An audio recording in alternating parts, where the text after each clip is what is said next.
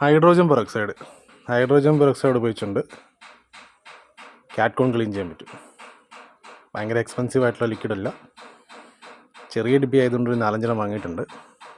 അപ്പം ഇതുപോലെ നമ്മുടെ കൺവെർട്ടറിനകത്തൊക്കെ കരിയുണ്ടെങ്കിൽ ഇത് ഒഴിച്ച് വെച്ച് സോക്ക് ചെയ്തതിന് ശേഷം ലോ പ്രഷറിൽ, ഭയങ്കര ഹൈ അല്ല, ലോ പ്രഷറിൽ വെള്ളം അടിച്ച് ക്ലീൻ ചെയ്താൽ സംഭവം നല്ലോണം ക്ലീൻ ആവും. ഇപ്പോൾ ഈ പതഞ്ഞിറങ്ങി വരുന്നത് ഇതിനകത്ത് നിന്നുള്ള അഴുക്കാണ്. അപ്പോൾ ഇവിടെ നമ്മൾ ബാക്കിയുള്ള ബോട്ടിൽസ് എല്ലാം ഇതിലേക്ക് എംറ്റി ആക്കി ഇതിനെ കുറച്ചധികം നേരം സോക്ക് ചെയ്തിട്ട് വാഷ് ചെയ്യും.